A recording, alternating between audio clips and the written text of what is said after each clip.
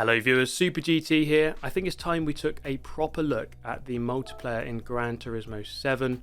It is a little bit bare bones and lacking in some respects, but I would still say that I had a lot of fun with it. At the moment there's no Daily Race C, and the tuning aspect has been causing some difficulty and controversy. But I did manage to get to a point where I could tune up a car quite quickly actually, and make it very competitive. I will include information about this tune in a comment down below if you want to take a look. But let's take a look at my first race. This is in the Nissan R32. We're doing Daily Race B, so it's a 4-lap race around Deep Forest. The requirements for this one are the car must be 295 horsepower or less, 1200 kilograms or more, must use a sport hard tyre, and this is my first attempt at it, my first proper attempt at it anyway. And I was trying to copy the tune of Digit Gaming, but I didn't have time to do it properly, hence the absolutely shocking straight line speed, and the main reason I didn't set the final drive properly. So I was lacking massively on the straights and had this huge challenge of trying to keep cars behind me on the 2 long straights off the circuit, and there wasn't really much I could actually do. As you can see here, I was pretty much helpless as we hurtle down the straights and the cars go flying past me. I'm maxing out at 123 miles an hour, which is about 25 too little for this straight. There's a Yaris out of nowhere and we go back past him. So yes, lots of issues for me in this first race, but really because of my own doing. There was about to be a big issue for this Yaris as I kind of get herded onto the grass, and you see here all of a sudden just comes out of nowhere and ends up vaporizing himself into another dimension, and I really question the actual reason for that, but there you go, it affected him more than me. So we finished 11th in that race. I got back to the tuning shop and improved the final drive and the gearing to make sure it actually worked properly this time, and we go again. Starting in 9th position, you can see a very good launch, and you can see there the car we just went past. The VGT car is one of the bones of contention in the multiplayer at the moment, because there's lots of variation in some of the lap times that people are able to achieve in the game, because of there is a glitch currently where people can bypass the power restrictions and set a much faster lap time in qualifying. So there is that. There's a glitch. There's a bug, and it's exploitable, and it would be better if Polyphony would be able to patch that and get rid of it. But here we find ourselves in 5th. The car does have better straight line speed here, and we're going to max out here just before we break 141 miles an hour, so that's a lot better than the previous tune. Into the hairpin, goes through there just nicely. So this race was going a little bit better. Well, in fact, a lot better than the previous one. Losing out a little bit compared to the Audi R8 in front on the main straight.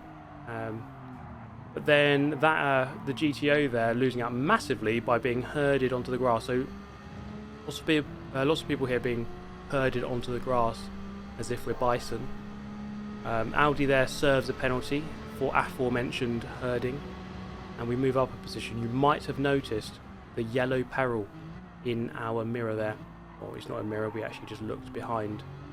And that is the Spaniard in the VGT car. Look at this, right, at the start of the straight, it's about 1.5 seconds behind, 1.4, 1.3. The gap is coming down quick. Why? Well, because it's such an absolute monster in a straight line. And as I look behind again, it gets closer and closer and closer as it goes flying past me at what must be about 160, 170 miles an hour. And there's not much I can do about that. So let's see how good it is on the infield, because normally good straight line speed will result in less performance in the handling department, but I was only able to keep up with it. Nissan Skyline gets spun out into the shadow realm. We move up into 3rd. Look at this speed, it is ridiculous. Never seen anything quite like it. That guy, if I recall, at the time of this race here was in the top 10 globally with that car, and it was quite ridiculous. I hope that the tuning aspects of Gran Turismo 7 won't result in pure speed cars just dominating, because I've played enough Forza to know that that could be an eventuality, and it isn't always fun when it's like that. But we crossed the line to finish that race, and we finished it on the podium in 3rd position, and it was a decent improvement from the first race. But what I wanted to do was learn a bit of tuning for myself. I put a paint job on the car, which is always important, of course, we all know that. And I made a couple of tweaks to the setup, but it didn't seem to really work because this car just would not turn through this corner, the hairpin. It just would not go through that corner. It was very weird. I couldn't really explain it. I'm not sure what I did to the car to make it not want to go around this corner. You see here, it just goes in. It just does not turn, even at a really slow speed of like 28 miles an hour there. And I was able to just hold off this fellow R32 user to the line to finish in 5th. So my attempt at tuning wasn't so good there. Definitely made the car worse. And we can take a look at the leaderboard, because you can see the top times. I was doing a 140 in that race, and normally fast race times are like 139s, 138s, but the top time 131. So that is using the exploit of the horsepower. So yes, there is a glitch where people can bypass the horsepower restriction, which isn't good. Hopefully Polyphony can fix that.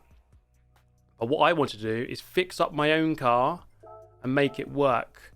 So I chose the Nissan R34, took it to GT Auto. You had a front splitter and a rear wing, and then you can tune the rear downforce and the front downforce. And it makes the car look a bit nicer as well. So do that in GT Auto. Then you want to head over to the tuning shop. And here's the parts that I bought for this car. So firstly, weight reduction, 1, 2, 3 and 4. So you have to buy them in order. So buy the 4 parts. And then that puts the car just over the weight restriction at 1201 kilograms. Buy yourself the carbon ceramic brakes and the racing brake pads. There's no limits on brakes, so you might as well put the best possible brakes.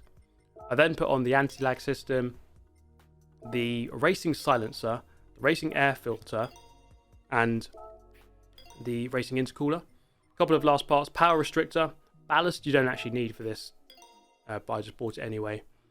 And customizable suspension, racing clutch, torque vectoring, which you can change, and then the customizable racing transmission. And then in the tuning menu, these are the settings I used. So you can kind of just pause it and take a look. I will also take a look at the comment in the comment section, and should hopefully help out. The main thing is to reduce the power output because of the power restrictor, and that will take you to the 295 horsepower limit. So for me, it was really a case of tuning everything to racing, so the better spec of air filters and intercoolers, for example, and then detuning the car through the power restrictor so that it meets the power requirement. So I don't think it's going to be too complicated, but I will make a guide eventually, I think, once I've worked out once I've worked out tuning and really got a good grip with it, to excuse the pun. Okay, so this race is really just a test to see if that setup that we've put together in 5 minutes is actually good enough, and it would be great if it is, because I don't want to have to put in hours to make a decent tune just to do a couple of online races. And I'm sure that many of you are in the same boat, where GT Sport had a very big strength in the fact that you could just sign in, it would give you the car, and you knew that everyone else had the same car or the same BOP, and it was a balanced race and you didn't have to worry about tuning. That was definitely a strength of GT Sport.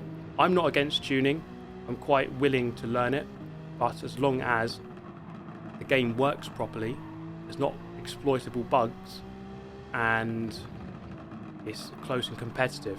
So as long as those things are true, then I'm fine with it.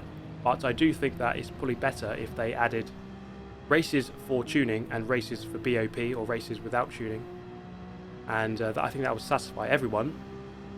I'm personally a fan of both. I don't mind either, as long as they work, and as long as they're close and competitive, then it's all good. Talking of close and competitive, we're having a very close race here with our fellow R34 user. There are quite a few different cars that people were using for this race. I think some people in the Audi R8, the Scirocco, the Mitsubishi GTO as well. Quite a few choices. I'm sure there's a lot more that you can use as well, and I'm going to tune in later this week, tune up some different cars, see what works, because they haven't actually changed the daily race for this week. It's kind of weird that they still call them daily races when I don't know when they're changing them, every week I guess now, but kind of weird. So we've got to make do with this Deep Forest race for a bit until they change it, which is why I wanted to go into a bit more detail. It gives us time, I suppose, to get through single player, but it also gives us time to work out the whole tuning thing on this one race. So we could perhaps iron out some of the issues. Maybe longer term, medium term, it would be a better thing, you know, if we can just stick with this one race for a week or so, see what's wrong, see what works, see what doesn't work, get rid of all the things that don't work, and then hopefully we have a good multiplayer basis from which to work on in the future. Because I really want this game to work. I really want GT7 to have good multiplayer. GT Sport was really good. I think it really worked, and I see no reason why GT7 shouldn't work. They need to just make sure that they iron out all of the issues. On the back straight here, we managed to pull away from the other R34, so I'm pretty sure this tune actually feels pretty good.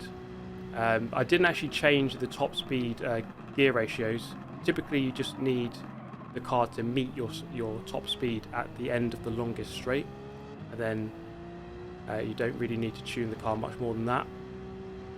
So I was able to go pretty quick here, 139.1 in this race, and that is 1.5 seconds quicker than my qualifying time.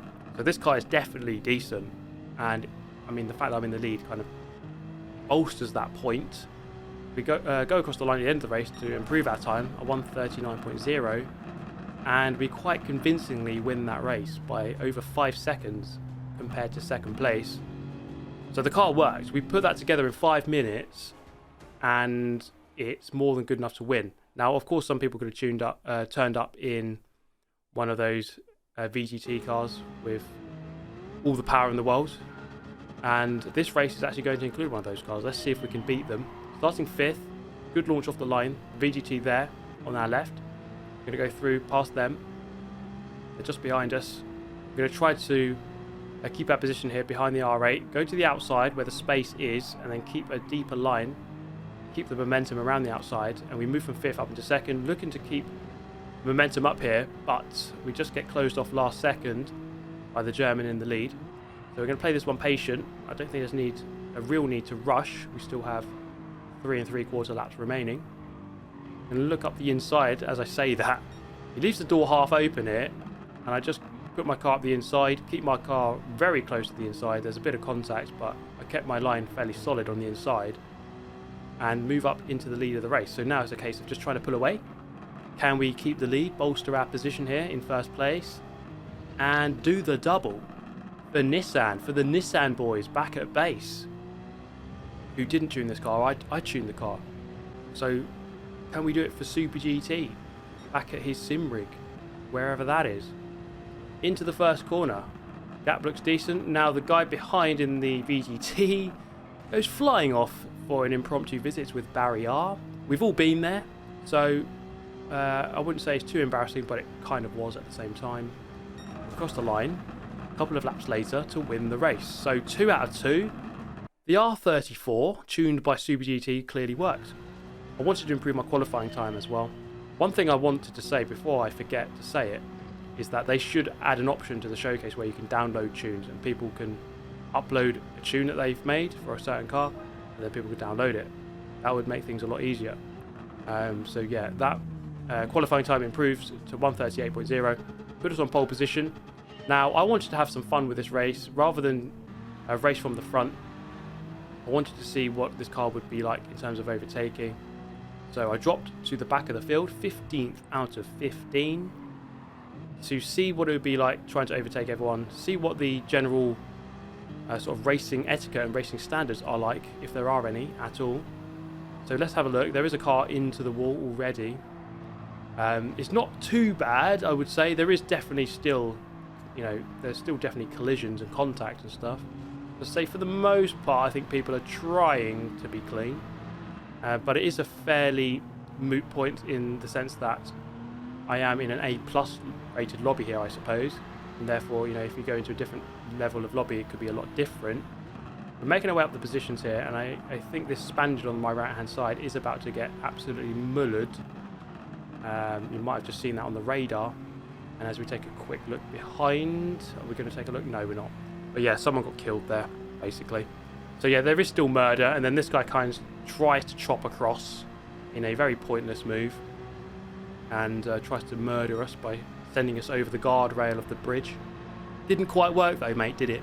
And then merely seconds later, Karma is going to strike in a very convenient way for me, as he gets kind of just nudged wide, and we get past him quite easily.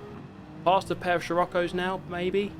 Go to the left hand side of this guy, perhaps the long way round, but I wasn't quite sure. I didn't want to get pinched onto the grass, so I went that way round. Up into 8th, that's a decent return. Started 15th, well, started first, and then moved back to 15th, before now a healthy return up into 8th position at the end of that lap. On the brakes into turn 1, heading straight towards the apex, and moving up into 7th position with a couple of cars just in front. Now, I would like to know your thoughts on the multiplayer. I think I've given a fair amount of thoughts on it. I think there's definitely potential for tuning. It just needs to be reworked slightly to make sure it is definitely competitive, and that it's not bugged so that people can't abuse the power restrictions in qualifying.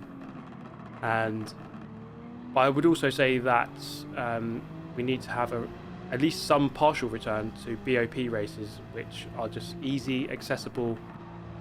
You know, people don't have time to sit there and tune for half an hour. I know I did this tune in 5 minutes, but you know, not everyone's going to be an expert and have the money to be able to buy all the parts and stuff. So we need to make it a little bit more accessible to more people, I think, by making a BOP a bit more available. But I would still say I'm having fun with tuning, and I'm willing to see how it pans out, hoping that they fix some of the issues with it, and hoping that sport mode isn't a complete ghost town, as this guy goes for a nice little handbrake turn, turning it into Gymkhana 13.0. Which Gymkhana are we on these days? I don't know. Need to have a look. But yeah, I think there's definitely a lot of potential for multiplayer. It just needs to be reworked in some ways. It looks like they've neglected it to some extent. Given that there's no Daily Race C, they haven't changed it for this week, and there's no championships at the moment. It just feels a bit sort of dead at the moment.